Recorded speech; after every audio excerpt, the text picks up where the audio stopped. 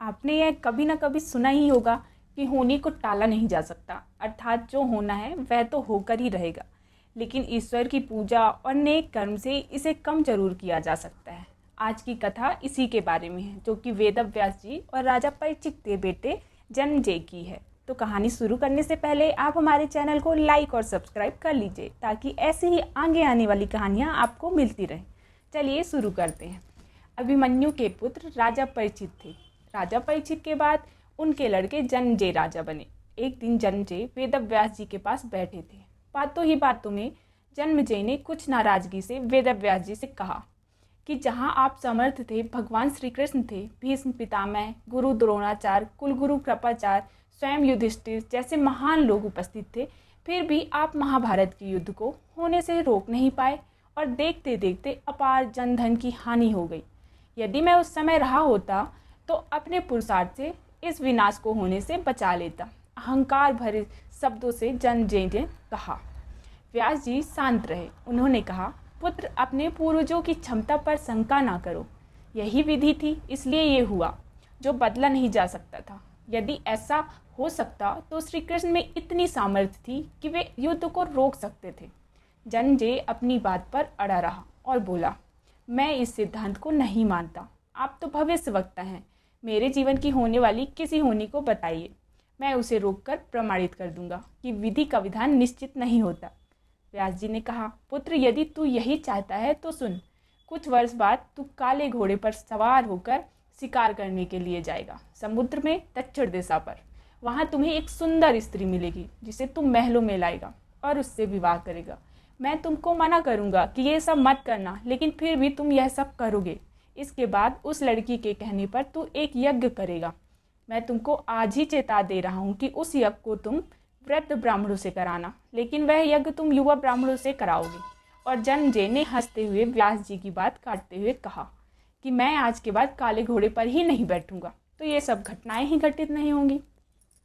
व्यास जी ने कहा कि ये सब होगा, और अभी आगे सुन। उस यज्ञ में एक ऐसी घटना घटित होगी कि तुम उस रानी के कहने पर उन युवा ब्राह्मणों को प्राण दंड दोगे, जिससे तुझे ब्रह्म हत्या का पाप लगेगा और तुझे कुष्ठ रोग होगा, और वही तेरी मृत्यु का कारण बनेगा। इस घटनाक्रम को रोक सको तो रोक लो। वेदव्यास जी की बात सुनकर जन्मेजय ने एहतियातवश शिकार पर जाना ही छोड़ दिया।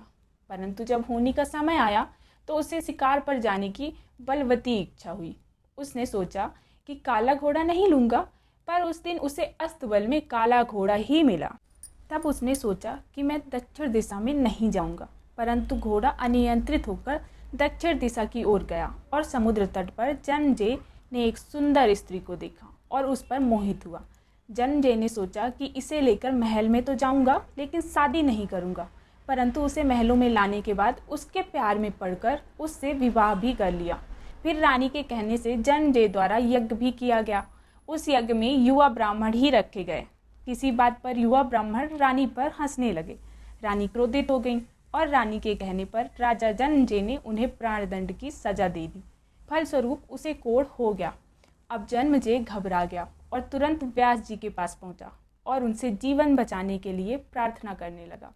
वेदव्यास जी ने कहा कि एक अंतिम अवसर तेरे प्राण बचाने का और देता हूँ। मैं तुझे महाभारत में हुई घटना का श्रवण कराऊंगा, जिसे तुझे श्रद्धा एवं विश्वास के साथ सुनना है। इससे तेरा कोढ़ मिटता जाएगा।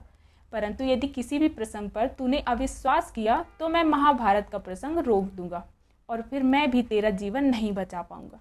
याद रखना, अब तेरे पास यह अंतिम अवसर है। अब तक जन्मेजय को व्यास जी की बातों पर पूरा भरोसा हो चुका था, इसलिए वह पूरी श्रद्धा और विश्वास से कथा श्रवण करने लगा। व्यास जी ने कथा आरंभ करी और जब भीम के बल के प्रसंग सुनाए, जिसमें भीम ने हाथियों को सूंडों से पकड़कर उन्हें अंतरिक्ष में उछाला, वे हाथी आज भी अंतरिक्ष में घूम रहे हैं, तब जन्मेजय अपने आप को रोक नहीं पाया और बोल उठा कि ये कैसे संभव हो सकता है, मैं नहीं मानता। व्यास जी ने महाभारत का प्रसंग रोक दिया और कहा कि पुत्र, मैंने तुझे कितना समझाया कि अविश्वास मत करना, परंतु तुम अपने स्वभाव को नियंत्रित नहीं कर पाए, क्योंकि यह होनी द्वारा निश्चित था। फिर व्यास जी ने अपने मंत्र शक्ति से आवाहन किया और वे हाथी पृथ्वी के आकर्षण शक्ति में आकर नीचे गिरने लगे। तब व्यास जी ने कहा, यह मेरी बात का प्रमाण है। जितनी मात्रा में जन्मेजय ने श्रद्धा विश्वास से कथा श्रवण की, उतनी मात्रा में वह कुष्ठ रोग से मुक्त हो गए। परंतु एक बिंदु रह गया और वही उनके मृत्यु का कारण बना। पहले बनती हैं तकदीरें, फिर बनते हैं शरीर। कर्म हमारे हाथ में है, लेकिन उसका फल हमारे हाथों में नहीं है। तो आज की ये कथा आपको कैसी लगी मुझे कमेंट कर ज़रूर बताइएगा और हमारे चैनल को लाइक और सब्सक्राइब करिएगा। धन्यवाद।